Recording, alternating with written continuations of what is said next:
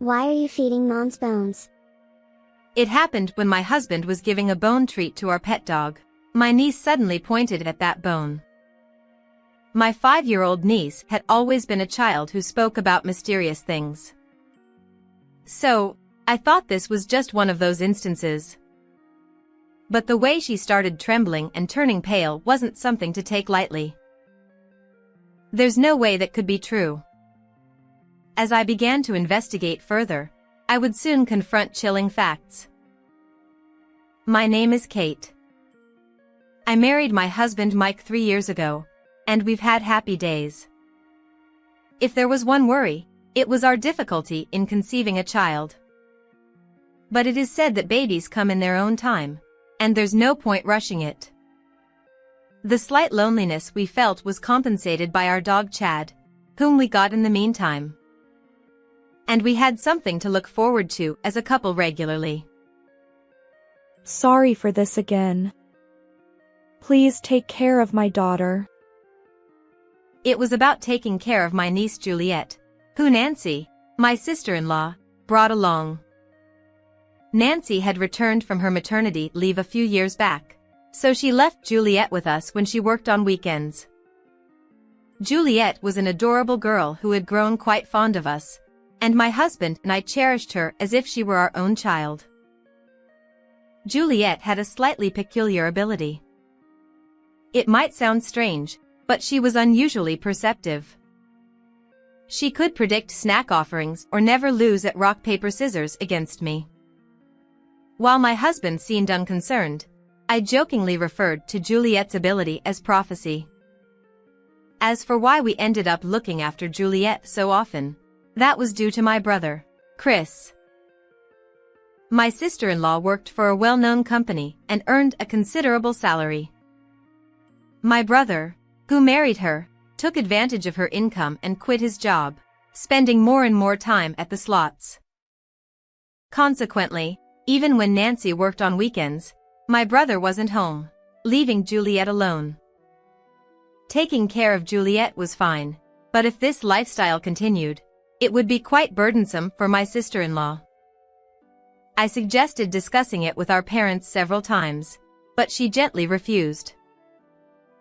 I appreciate your concern. But it's our problem, and I don't want to worry you. Besides, except for his love for slots, he's actually a good person who helps with chores. She said she wasn't considering divorce because of the children. But during one such conversation, a call came from my brother, asking for money. Nancy, I'm on a roll at the slots right now, but I'm a bit short on cash. Can you bring me some right away?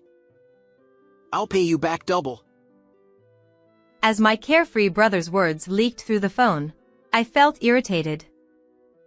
Didn't he understand what Nancy was going through? Nancy smiled faintly, seeming a bit tired, and at that moment, Juliet, who had been playing with my husband in the distance, suddenly started rummaging through the drawers. Without being told, she took out cold medicine and brought it to Nancy. Mom, take this medicine. Thank you. But Mom's fine, so don't worry. She's just a little tired. Juliet, you're so kind. Even a child could be considerate, yet my brother. At that moment, I didn't think much of it. However, the one who dropped off my niece the following weekend was my brother Chris.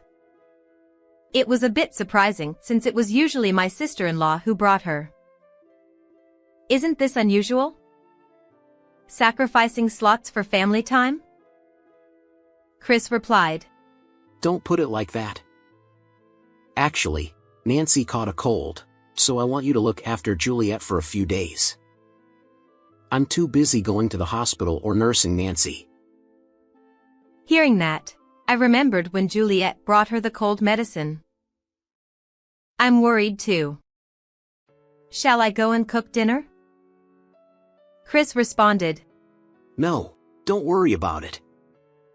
Nancy herself says she'll be fine with a bit of rest. Take this opportunity to take care of Nancy more. Okay? Sure. I need to hurry back to take care of her, so I'll leave now. With his ears possibly ringing, my brother hurried to leave. Juliet, who had seen that, murmured softly. You'll lose even at slots. Chris responded. I said I'll take care of your mom. I'm not going today.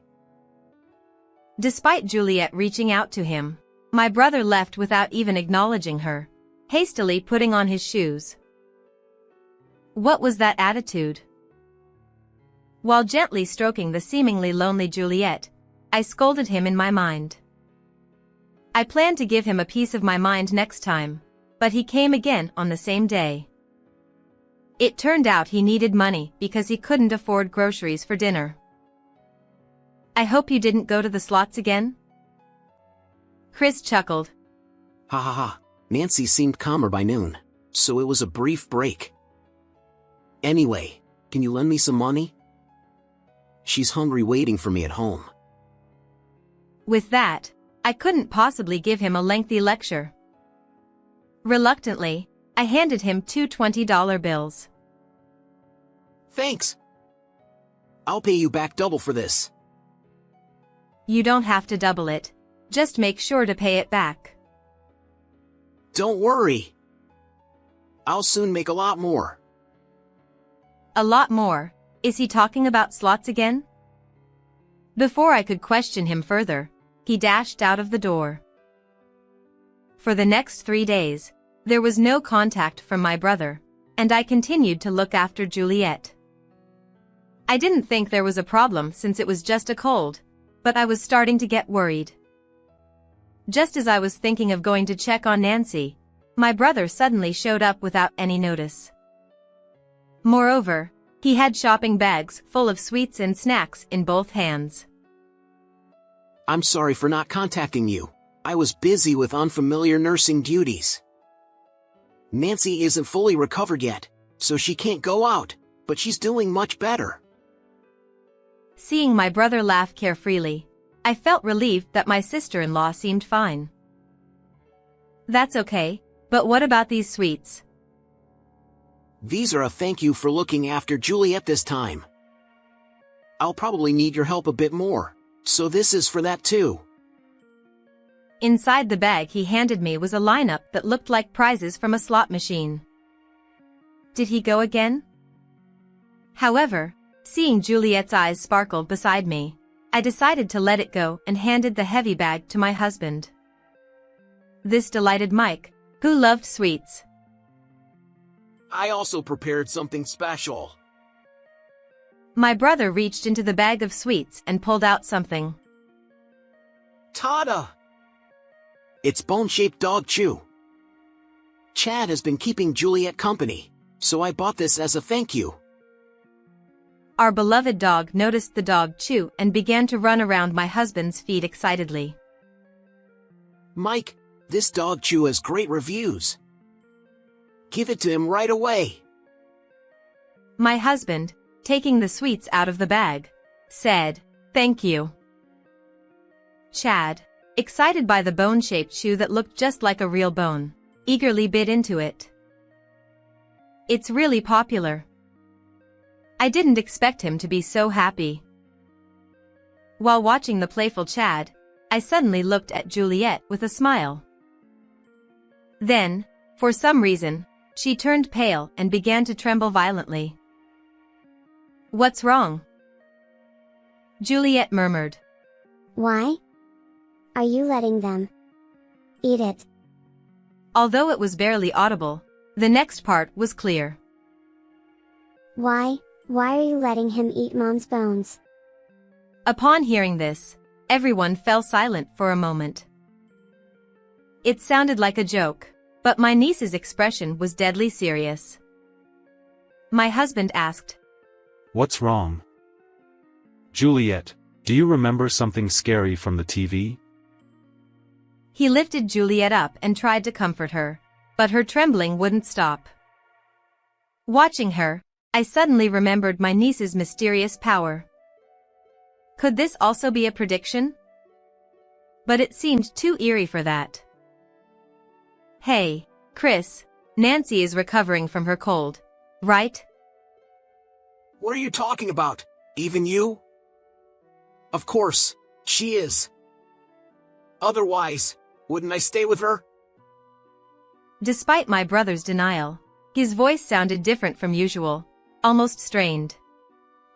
Sensing that he was hiding something, I confronted him. I'm still worried, so I'll go and take care of her directly. I can make something more nutritious than you. Nah, there's no need for that. If you catch a cold too, who will take care of Juliet? My brother stubbornly insisted, wiping sweat from his forehead and taking a deep breath. You see, Juliet is important to me. I want to do my best to keep her from getting sick.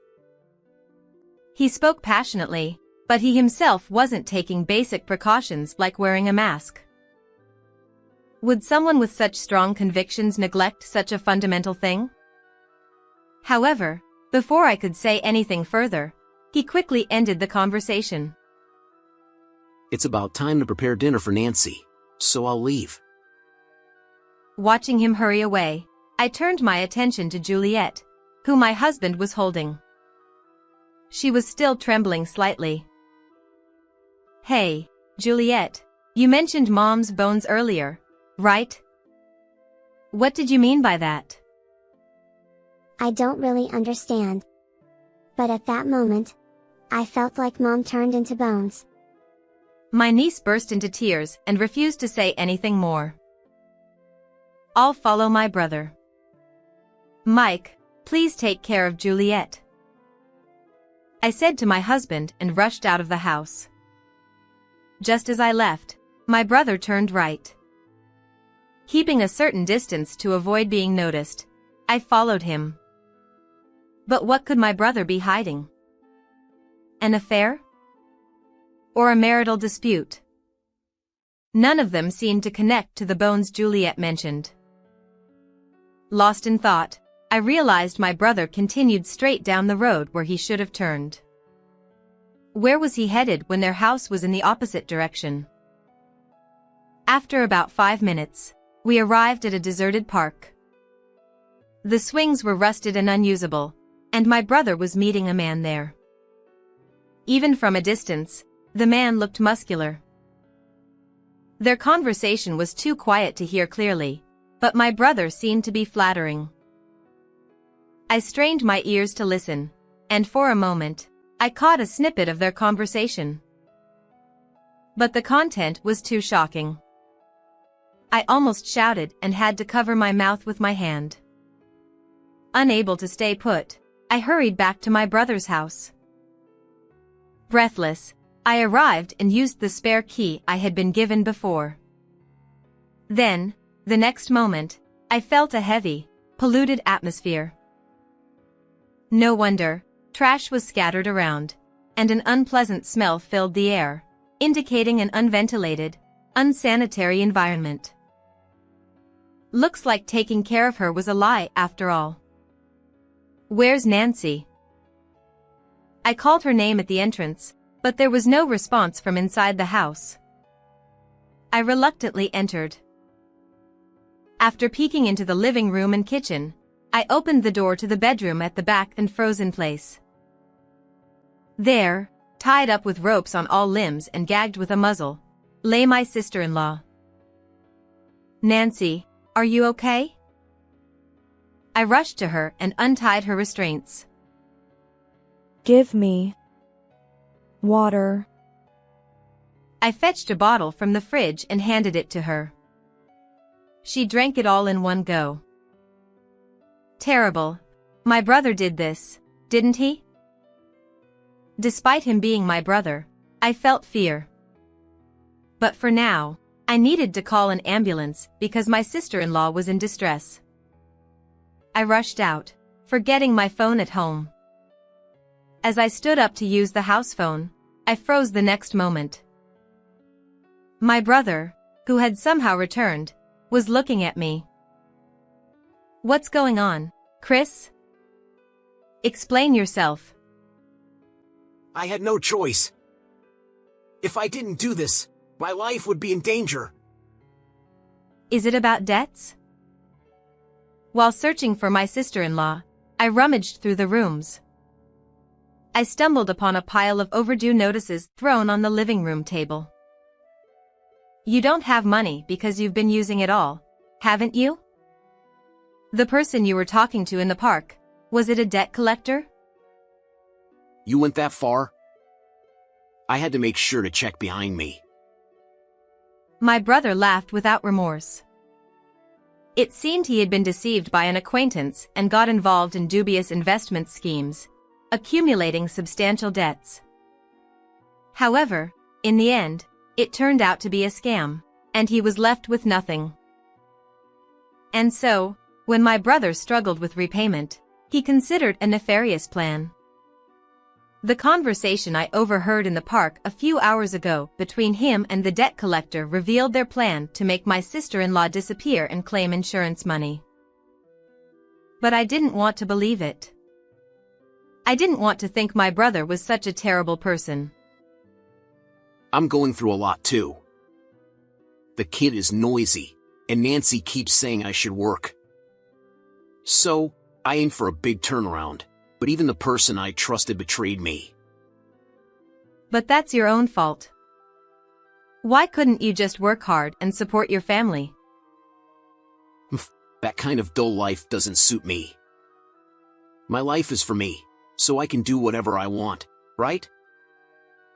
I was disgusted by his selfishness to the core.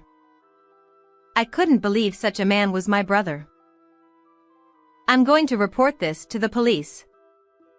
Pay for your crimes and reflect on them.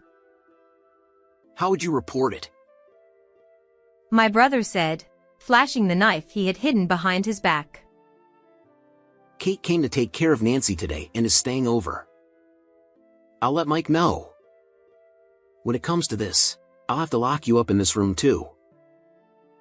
Saying this, he approached the phone behind him and violently tore out its cord. Stop this nonsense, Chris. If I don't go home anytime soon, Mike will find it suspicious, won't he? It seemed he hadn't even considered that possibility. He was about to retort, but the next moment, he looked back at me with a defiant smile. Hey, Kate, why don't we team up? What? I was speechless at the unexpected words from my brother. But he paid no attention to my bewilderment. Actually, I've been thinking about a perfect crime. With a smug expression, he gleefully revealed his secret. But I couldn't shake off a sense of dread. Whenever my brother wore such a face since childhood, it always led to trouble. However, it wasn't wise to provoke him at this point. So, how do you plan to execute your perfect crime? It's Chad.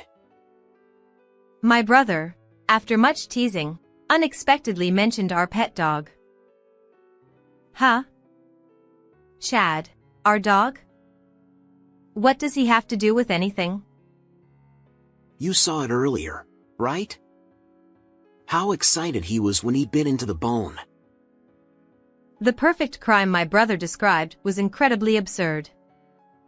He planned to dispose of my sister-in-law when she died and feed her bones to our Chad to dispose of them. I was so shocked that I couldn't close my mouth. Disgusting, you actually considered that? Yeah, don't you think it's a brilliant idea? If it works, I'll even share the insurance money with you.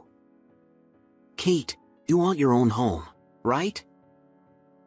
But as I was about to say something, my brother's face suddenly twisted. At that moment, the doorbell rang. Hey, don't move! Wait here quietly.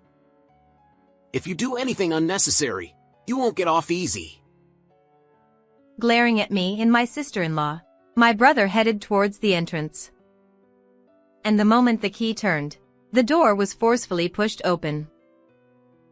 Freeze! Drop your weapons quietly. Huh? Why? It all happened so suddenly that I couldn't understand it. Somehow, the police came at the perfect time to apprehend my brother. Did Nancy report it? I didn't do anything. Wasn't it Kate? I shook my head in disbelief. As we stood there dumbfounded, one of the police officers rushed over to us. Are you okay? An ambulance will be here soon. Why did you come to help us? No one reported anything. We received a report from a little girl. She said, "Help Mommy."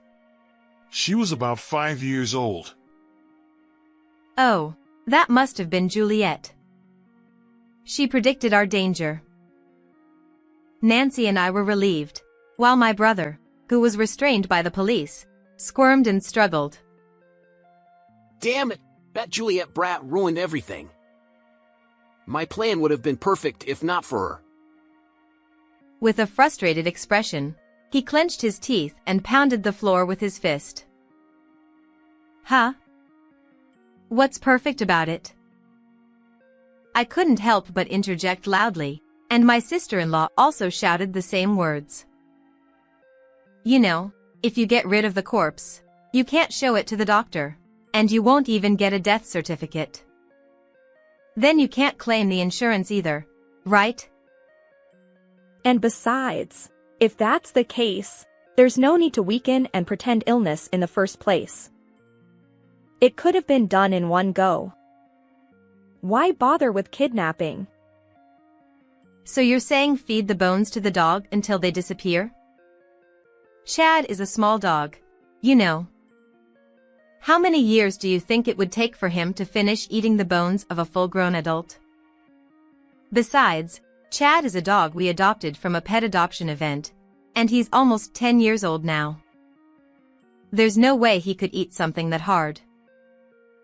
One after another, merciless criticisms poured out from me and my sister-in-law's mouths, leaving my brother with no room for rebuttal, tears welling up in his eyes.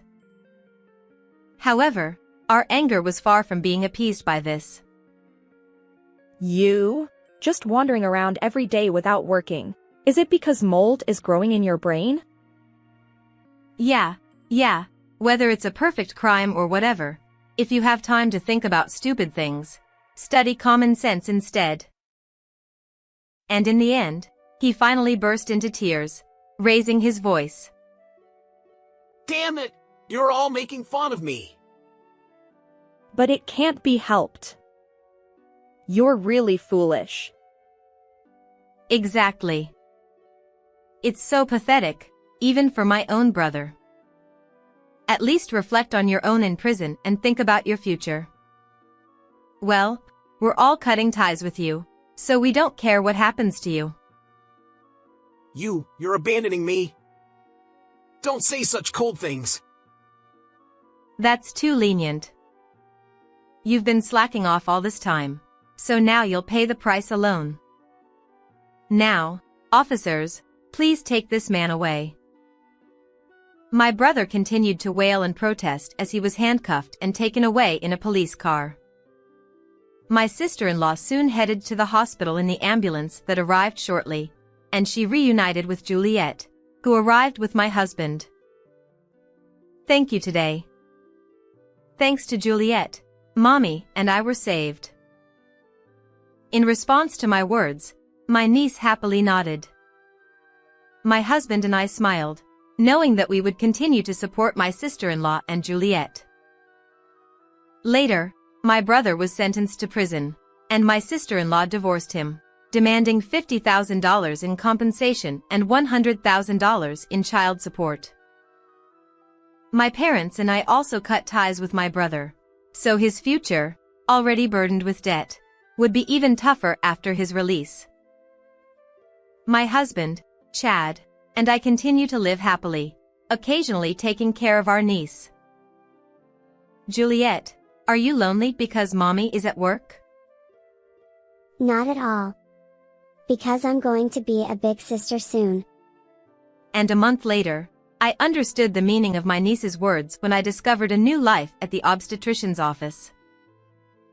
How did you like this story? Please also subscribe to our channel. See you again in the next video.